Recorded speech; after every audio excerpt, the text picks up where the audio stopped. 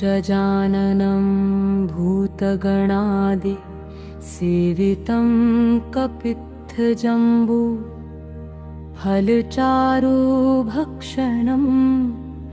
उमासुतं शोकविनाशकारकं नमामि विघ्नेश्वर पादपङ्कजम्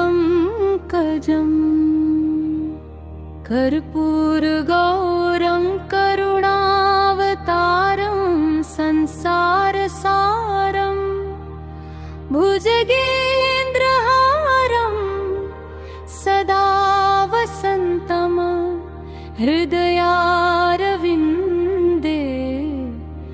भवं भवानी सहितं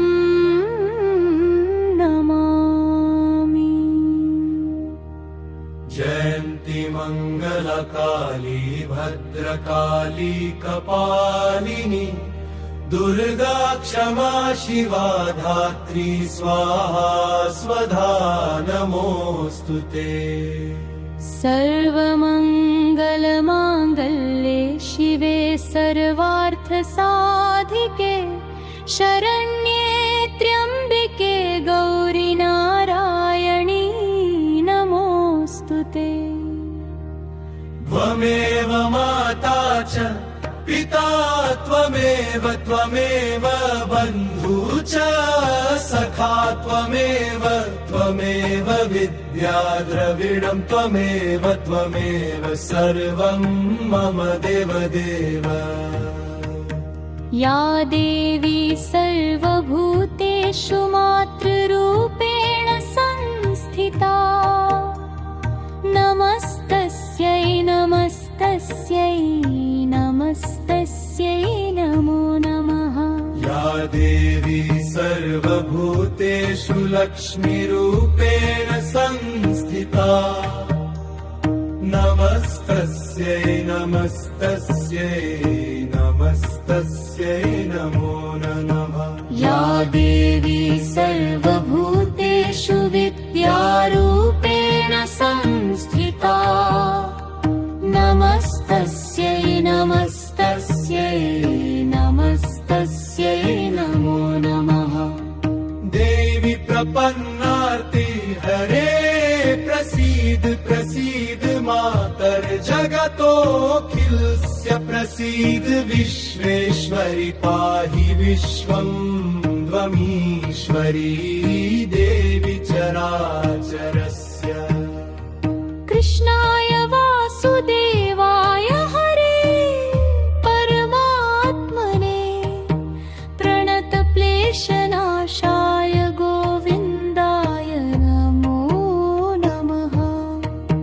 ब्रह्मा मुरारी त्रिपुरान्तकारी भानुशशिभूमि सुतो बुधश्च गुरुश्च शुक्रश्च शनिराहुकेतव सर्वे ग्रहाः शान्तिकरा भवन्तु।